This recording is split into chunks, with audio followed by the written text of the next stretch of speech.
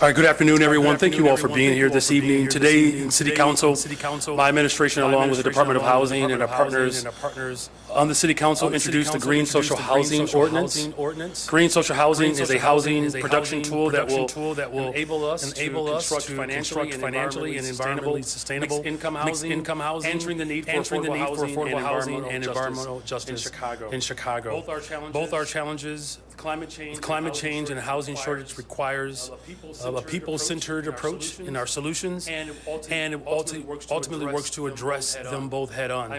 I'm proud to do that with this ordinance. When passed, this ordinance will establish an independent nonprofit developer to finance, acquire, and operate sustainable mixed-income housing developments across the city of Chicago. We have long said that housing is a human right. The Green Social Housing, we are taking another step forward in making this right a reality in Chicago.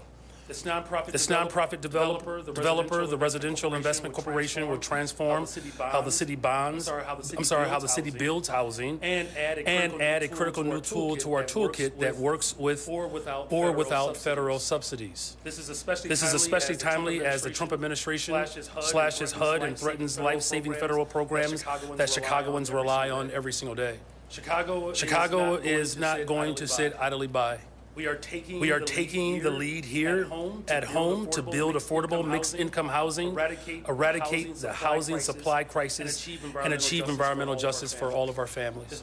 This ordinance upholds a promise my administration made last year when we passed the Housing and Economic Development Bond. That bond included an allocation of $135 million to create a new, low-interest green social housing revolving loan fund. Importantly, because this program will be funded by that bond, it does not require ongoing future appropriations or pose any new challenges to our city budget.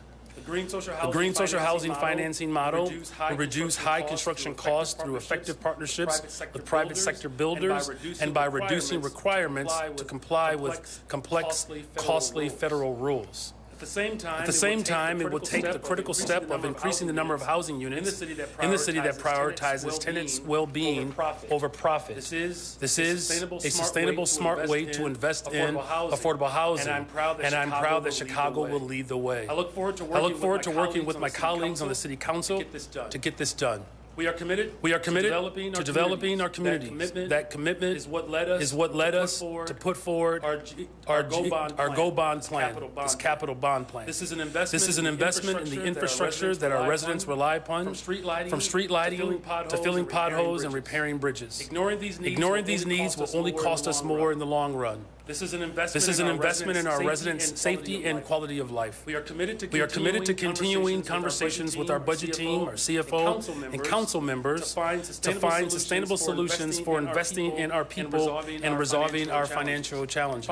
And finally, today, the City Council, we honored Black History Month along with local leaders, the Honorable Carol Mosley Braun, Larry Huggins, both who have made incredible marks in Black history and Chicago history. The City of Chicago will continue to celebrate Black History Month this evening at our annual reception. And of course, we will do this every day moving forward. We cannot forget the accomplishments and contributions of Black folks in the City of Chicago. It's what has made this city the greatest city in the world. So we cannot forget that diversity is our greatest strength for all, and with that, I'm happy to answer any questions. Hi, Mayor. Hi. How are you doing? I'm doing fine, thank you. I'm delaying while I open my questions tab. Sorry about that. You're doing just fine. It's okay. On your bond proposal, alders in debate today criticized your administration for not providing the payment timeline sooner until after the Finance Committee vote. Do you think alders should have been able to consider that timeline before voting on this in committee? Here's what should be in ultimate consideration. How do we actually invest in people? That's the most important thing here. Right? And so there's no debate around the infrastructure needs that we have. This is a matter of safety, whether it's potholes, streets that need adequate street lighting, our bridges. That's what's most important here. Do you regret not providing that timeline sooner? Well, again, here's what's most important, but I'm certainly happy to allow our CFO respond to that. I don't like to interrupt the mayor, but I do want to say we provided all of that information in briefings prior to the Finance Committee and in the Finance Committee meeting and follow up through the chair responses. That information was provided ahead of the vote. And with concerns over the proposed payment schedule. I'm sorry here. I think we just have time for one questions today, you all. Can you all keep people focused here? Thank you, though. Hi, Mayor. Alderman Matt Martin filed an ordinance today that would prohibit Chicago police and other city employees from participating in extremist activities, which could be being a member of an extremist group or recruiting people to join. Do you support making that a reason to discipline or terminate employees, especially considering CPD previously did not punish cops with ties to those? Look, we need to make sure that the best and the brightest are serving and protecting the streets of Chicago. As far as making sure that we eliminate the malfeasance that matriculates in any division of government, whether it's law enforcement or education or any other critical or public servant, we have to have strong guidelines to ensure that the best and the brightest are serving our city. We'll continue to examine what's been presented, but again, my goal is to make sure that all of our departments have individuals that have the same love and regard for anyone, regardless of their ethnicity, their sexual orientation, or their background. Good afternoon, Mayor. On the green social housing ordinance, can you expand a little bit on how the compliance with federal rules will be reduced, or something to that effect that you had mentioned? Commissioner Castaneda? Good afternoon. There is no federal money in this program. So this is all going to be funded wholly by the Housing and Economic Development Bond, which means that costly burdens that are placed when you have to use federal funds will not be, these projects will not be subjected to that. Good afternoon, Mayor. Good afternoon. Last week, your Chief of Staff, Cristina Pasiones said that you would abide by the Ethics Board's ruling that requires you to allow the public into the gift room. Several of us have requested entrance, and we've not heard back, and I believe you made statements saying that the video would be sufficient. Can you clarify, please? Yes, the video is sufficient, right? So the ordinance that has been on the books for some time, we've always been in compliance with it. We've actually taken a step forward by providing more transparency than any other administration. So it's not just about the press. So any person who lives in the city of Chicago or otherwise can go and click on the video and see the T-shirts, the hats, scarves, or whatever else has been donated to the city. That, of course, I did not accept. That we accepted, but that we did not receive in a personal way. Good afternoon, Mayor. Good afternoon. So this morning, tents at the homeless encampment were removed from Gompers Park on the northwest side on one of the coldest mornings of the year, weeks before a planned accelerated moving event is scheduled to happen. Park District officials said the crews removed smokestacks and propane tanks used to heat tents, but tents were also removed. Can you say if the people from the encampment are being matched with any housing now that tents are being removed, and is the city removing any more structures? Thank you. Chief of Staff Pasion Zayas will speak to that. Hey, good afternoon. What was done today was sort of like a intermediate step before the accelerated moving event that's scheduled for the first week of March. Because of the extreme weather, we wanted to make sure that we got individuals from outside of the cold into shelter, but then the next step is to actually get them into more stabilized housing, which will happen through the accelerated moving event. So this was just an intermediate step leading up to that event. Okay, so people were connected with shelter? Correct. Can you say how many? I don't have the latest numbers at this point. Okay, thank you. Thank you. Mayor Johnson, when you announced your plan to borrow another $1 billion and agreed to $2 billion plus in debt, a number of people, Chicagoans, said to me, black and brown, by the way, they said that they thought that was a very, to use your favorite word, raggedy plan. They questioned your ability to count, to do simple math. A number of people said that it reminded them of the DEI scams that Elon Musk is exposing on the federal level through Doge. And of course, a lot of people just simply said it's taxation without representation, because people, Chicagoans who aren't even born yet, will be paying Yeah, well, you know, I am trying to ask.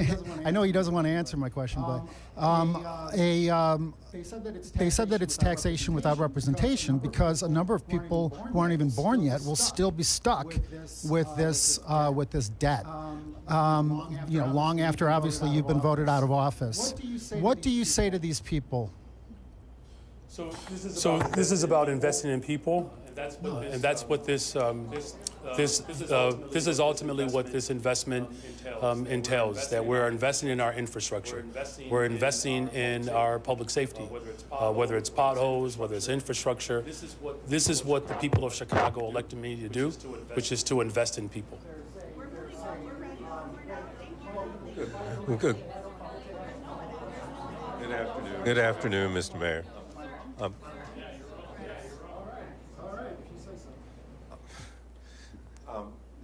What tweaks, if any, are you going to make in the payment schedule for the bond issue? Are you going to make any changes? There's already, it's a good question. There's already flexibility within this structure. I'll let our CFO speak to that. Sure. The bond financing plan that was put forward was a what we sort of call most conservative financing plan. So the most expensive. It was not aggressive in nature. You know, we are going to look at a number of different scenarios, which we will be reviewing and working with aldermen on. But the ordinance provides flexibility as far as how the bonds will get financed, and which is standard for all of our bond ordinances. And you know, we have the ability to sell the bonds based on what market conditions are and what is most advantageous at the time. Hey, Mayor. Hey. Were you aware of the allegations of bullying surrounding DK's Commissioner Clene Hedspeth, and do you believe they warrant any action? So I don't discuss personnel issues. Hi, Mayor. My colleagues reported earlier today that your administration has outlined fresh plans for CPS to pick up the MEABF pension payment, including issuing $242 million in bonds. How will you make the case to stakeholders that any new borrowing to cover this cost would be fiscally responsible? Here's what's responsible. Actually investing in our children. That's what I'm doing. Now, look, I know that there has been dreams in the past about having an administration that actually believes that we have to fully fund our schools. I wholeheartedly believe that. And we will continue to make sure that those individuals who show up to work every single day, that retire, that we are also protecting their retirement, right? That's important, right? We know what it looks like when we don't pay into our retirement. That's why we are course correcting now. The provisions that we have put forth are setting ourselves up to not only stabilize our retirement, but to save the taxpayers $2 billion over the life of these next few years. So again, the people of Chicago voted for me because they know that I believe in public education, ensuring that every single child has a high quality education. That's what these investments are about. Protecting our education also means investing in those who actually do the work. So we will continue to put forth provisions and plans to ensure that every single child has a quality education and that we're actually providing a real commitment to securing people's retirement. Mayor, there was a kind of procedural vote on the bond plan, right, to send it back to committee. It was very close, 27 to 23. Does that signal to you that, you know, between now and I believe next week, when you expect a vote, that you have some work to do? Do you think the bond plan can get passed as is without any further amendments, tweaks? Well, there's always work to do. We'll continue to listen to people. But again, the most important thing that people have to know about what we have put forth is this is about responding to the infrastructure needs that we have in Chicago. The residents, and my chief operations officer can tell you this, the residents want potholes filled. The residents want to make sure that we're shoring up our bridges. Residents want to make sure that we are providing lighting on our streets because there's a direct correlation between those type of investments and public safety. That's what this investment is about. I was elected to invest in people, and that is exactly what I'm doing. Good afternoon, almost evening. Do you have any personal feeling on the speed limit motion that was voted down today, and also the discussion at the end on the Rule 59? Do you feel that it's time to go back to pre-COVID procedures with alders attending meetings in person? I don't often, offer up my personal feelings, but I think in this instance it's appropriate. Look, having safe streets is important, and I believe that everyone who spoke today recognize that and are committed to that. Appreciate the work that Alderman LaSpada has done around this. And there are some real challenges that we have in terms of the equitable nature of what we are all desiring in this city, but that has been absent. So my personal feelings are we have to address the inequities that have existed in our city for too long. And there's work to do that, while also ensuring that we are providing safe streets and passage for pedestrians, bike riders, other people who drive cars. Look, traffic death is real. It's gut-wrenching. And anything and everything that we have to do to ensure that our streets are safe, those discussions have to be urgent, while also recognizing that unfortunately our city has had a long history in how the distribution of certain laws have a different impact depending on where you live.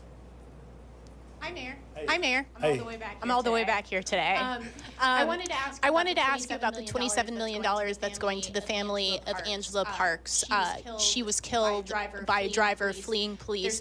There's been a lot of discussion about CPD's pursuit policy. Do you believe that pursuit policy is where it needs to be, or do you agree with some folks like Alderman Riley and others who think that pursuit policy is too restricted and should be loosened?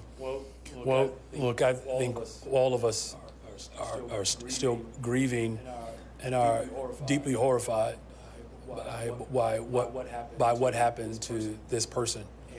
And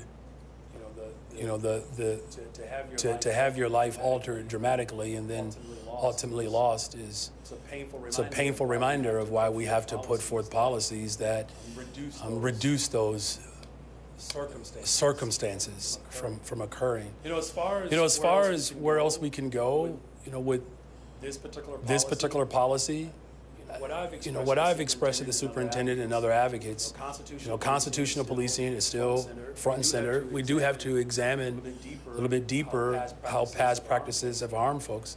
Look, in terms of even, the consent decree. Since I've been in office, went from 3% compliance at the top to 16%, but at the preliminary level, we're at 88% of compliance, and the secondary, just before we actually put forth those provisions into action, we're at 52%. A lot of work to be done, don't misunderstand me. And to the extent in which we can keep people safe, with constitutional policing, that is the ultimate goal here. So that's where my focus is going to remain, ensuring that the type of policing that has to happen to repair trust, while also moving towards what we've been working on, driving crime down. I don't know if this is appropriate to just attach it, but I do think it's important that we do note that as policing gets better and we put forth the full force of government, keeping people safe is the ultimate goal.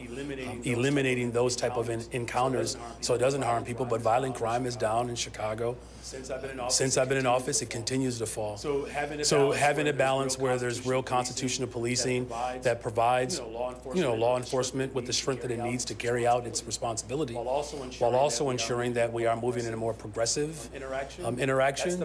That's the balance there. And I'm not saying it's been easy, especially because many of the settlements that we're dealing with right now predate many of us in this room, right? So a lot of work to be done, but finding that strong balance between the two, that is the work, and I'm committed to doing that. Hi, Mayor. In Governor Pritzker's budget proposal that he introduced today, he included a ban on cell phones in classrooms, except in the case of an emergency or a threat. Is that something you support?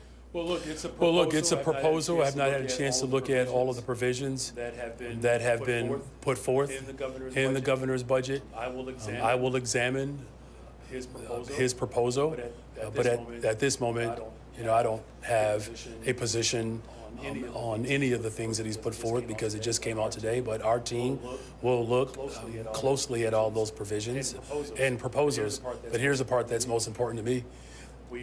We have to do better in terms of how we fund our education system, and everybody's in agreement with it. We all have to do better. We have to make sure that the Chicago Transit Authority that pumps out the greater share of revenue as well as usage, that there's an equitable distribution coming from Springfield for our transportation system. And to be very specific around education, we're talking about bilingual education, special education, transportation within our public schools to get people, move people around. As I said before, there are revenue ramifications, right, to his proposal, and there are municipalities around the state that believe that the LGDF has to increase in order for us to be able to fund the critical services, local government, the personal property replacement tax. We're looking at that, how to make sure that the losses that corporations are allowed to carry don't harm our ability to actually generate revenue to respond to the needs like housing, education, healthcare, transportation, and having good paying jobs. So there's a lot to unpack there. Our team is certainly committed to doing that work to understand those proposals, but again, staying laser focused on what people of Chicago need as the economic driver for the entire state of Illinois. Jose, thank you all very much. Have a good evening.